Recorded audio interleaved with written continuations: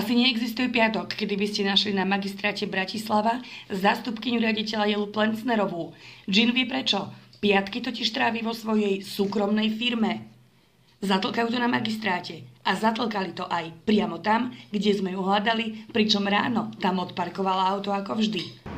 Dobrý deň, nehľadám pani Plencnerovú. Jakže nie je? No, prečo by to malo byť? Lebo tu má auto. Prosím? Má tu auto. Neviem, nie. Čo ho tu zabudla? Je to možné.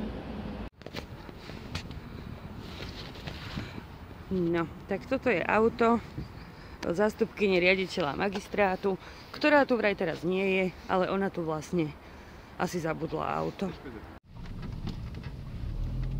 Jasne, ale teda akože neviete mi povedať, ako by som sa vedel spojiť s pani Plencnerovou a zistiť, kde sa reálne nachádza, hej? Akože teda nie, že by som ju chcel kontrolovať, ale na druhej strane, keď ako mám taký pocit, že sa z toho robí nejaké veľké tajomstvo, na to, že to je oficiálne a nemal by s tým byť žiadny problém. Lenka Dales Jean a poslanec za Bratislavu Jan Hrčka hľadajú Jelu Plencnerovú.